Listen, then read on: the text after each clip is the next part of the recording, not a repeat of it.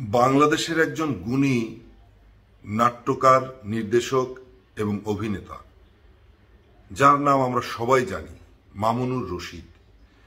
সেই মামুনুর রশিদকে এবার নাটক করা থেকে বিরত থাকতে বললেন শিল্পকলার মহাপরিচালক জামিল আহমেদ। এটি নিঃসন্দেহে একটি আমাদের জন্য ভীষণ লজ্জা এবং বিব্রত আর অপমানজনক বিষয়। একজন মামুনুর রশিদ কে? এই মামুনুর রশিদ বাংলাদেশের জন্য তিনি কি করেছেন সেগুলো যদি আমরা অল্প বিস্তর জানি তাহলে তার সম্পর্কে কিছুটা ধারণা পাওয়া যাবে। সাধারণত আমরা তো শুধু মামুনুর রশিদকে একজন অভিনেতা হিসেবেই চিনি, কিন্তু তিনি স্বাধীনতার পরে বলতে তিনি মহান মুক্তিযুদ্ধের একজন মুক্তিযোদ্ধা ছিলেন এবং স্বাধীনতার পরে এই দেশে যে আজকের যে মঞ্চে যে নাটকের যে অবস্থাটা তৈরি হয়েছে, সেই নাট্য আন্দোলনের মহাগুরু তিনি ছিলেন। সারা দেশে নাটক ছড়িয়ে দিয়েছিলেন। আজকে আমরা মঞ্চে অনেক বড় অভিনেতা, অনেক বড় নাট্যকার, নির্দেশকদের দেখি এবং তারা ক্যামেরার সামনেও নানানভাবে সুখ্যাতি অর্জন করেছেন এবং তাদের একটা বড় অংশ এই মামুনুর রশিদের শিষ্য। অধিকাংশই বলবো যে 100 জনের মধ্যে অন্তত 70 জন মামুনুর রশিদের শিষ্য। মামুনুর রশিদ প্রত্যেকটা সরকারের আমলে আমি বলবো যে নিগৃহীত ছিলেন। তার অনেকগুলো কারণ আছে। তার প্রধান কারণ হচ্ছে মামুনুর রশিদ যে বিষয়গুলো নিয়ে নাটক করেন, তার কিছু নাটক আছে প্রান্তিক জনগোষ্ঠীদের নিয়ে নাটক, আদিবাসীদের নিয়ে নাটক। যেই আদিবাসীরা বাংলাদেশে বারবার ক্ষমতাসীনদের দ্বারা নির্যাতিত হয় এবং তারা তাদের ভূমি থেকে উৎখাত হয়, এরকম বিষয় নিয়ে মামুনুর রশিদের লেখা নাটক মঞ্চে হচ্ছে। তার মধ্যে একটি নাটক রাড়াং, যে নাটকটি সম্প্রতি যে নাটক থেকে তাকে বিরত থাকতে বলেছে, বা শুধু এই নাটক থেকে না, তাকে মূলত বলাই হয়েছে যে তিনি যেন নাটকে অভিনয় না করেন। তা আমি যেটা বলছিলাম যে এই যে রাড়াং নাটকটিও একেবারে প্রান্তিক জনগোষ্ঠীদের নিয়ে একটি নাটক।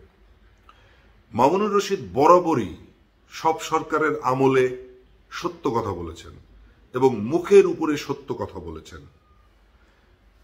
গত কয়েক বছর আগে গত সরকারের আমলে কোনো একটি বিষয়কে কেন্দ্র করে ভারত মামুনুর রশিদের ভিসা বন্ধ করে দেয়। অনেক চেষ্টা, কয়েকবার যখন তার ভিসা দেয় না, রিজেক্ট হয়, তিনি চেয়েছিলেন নানান কারণে ভিসা, এরপরে বাংলাদেশ সরকারের কাছেও তিনি বলেছিলেন যে আমার ভিসা দিচ্ছে না। বাংলাদেশ সরকারও কিন্তু তার ব্যাপারে কোনো পদক্ষেপ নেয়নি। কেন? মামুনুর রশিদকে তারা পছন্দ করে না। কোনো সরকারই মামুনুর রশিদকে পছন্দ করেন না। কেন করেন না?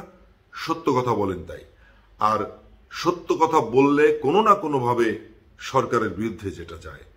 যাই হোক, সম্প্রতি মামুনুর রশিদকে নাটক থেকে বিরত থাকতে বলেছেন শিল্পকলার মহাপরিচালক জামিল আহমেদ। তার যে কারণ, সেটিও বলবো যে সেই একই কারণ। বিগত সরকারগুলোতে তিনি যেমন সত্য কথা বলে নিগৃহীত হয়েছেন, এবারও তাই হলেন। একটি নাটক মঞ্চায়িত হচ্ছিল, দলটির নাম দেশ নাটক। নাটকের নাম ছিল নিত্যপুরাণ।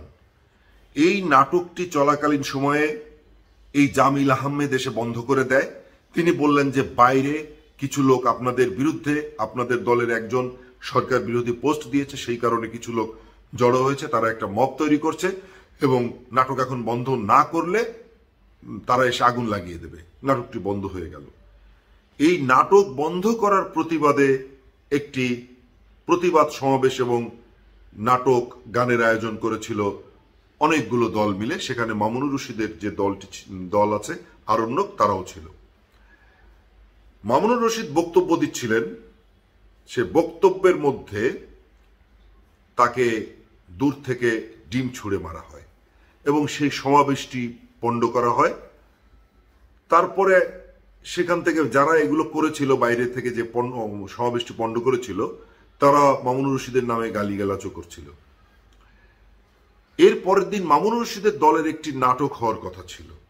সেই নাটকটি এই সমাবেশ বন্ধ করার প্রতিবাদে, হামলা করার প্রতিবাদে মামুনুর রশিদরা ওই নাটকটি আর করেননি। এরপরে সম্প্রতি মামুনুর রশিদদের একটি নাটক রাড়াং, সেটি মঞ্চায়িত হওয়ার কথা ছিল শিল্পকলাতে।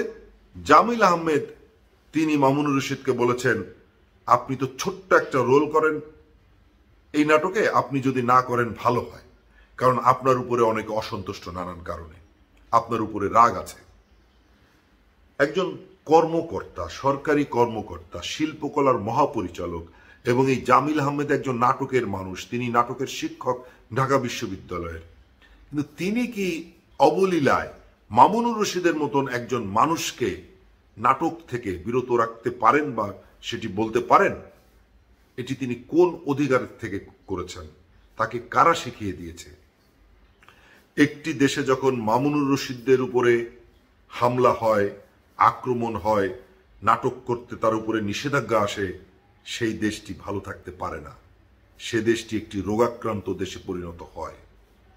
কেননা একটা কথা বিশ্বাস করি, আপনারাও জেনে রাখবেন, মামুনুর রশিদের মতো মেধাবী মানুষ কালে ভদ্রে জন্মে, যারা আসে দেশকে আলোকিত করতে, মানুষকে আলোকিত করতে, সেই মামুনুর রশিদদের মতো মানুষকে যখন নাটক থেকে দূরে সরিয়ে রাখা হয়, তখন বুঝতে হবে যে দেশে তখন আর আলো ছড়ানোর কেউ থাকবে না।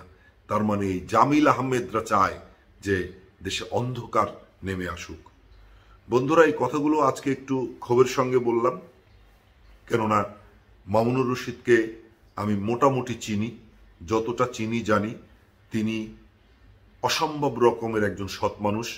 তিনি কখনোই কোনো রাজনৈতিক দলের লেজুরবৃত্তি করেননি। তিনি প্রত্যেকটা সরকারের সমালোচনা করেছেন। এমনকি এই যে জুলাই আগস্ট আন্দোলন হয়েছে, সেই আন্দোলনে যখন গুলি চালানো হয় ছেলেদের বুকে, তখন তিনি নিজেও কিন্তু মাঠে নেমেছিলেন। মামুনুর রশিদ বাংলাদেশের একজন উজ্জ্বল নক্ষত্র। মামুনুর রশিদ একজন মুক্তিযোদ্ধা। মামুনুর রশিদকে আটকানো যাবে না, এবং যারা আটকাতে চায় বুঝতে হবে তারা দেশের শত্রু। সবাই ভালো থাকবেন।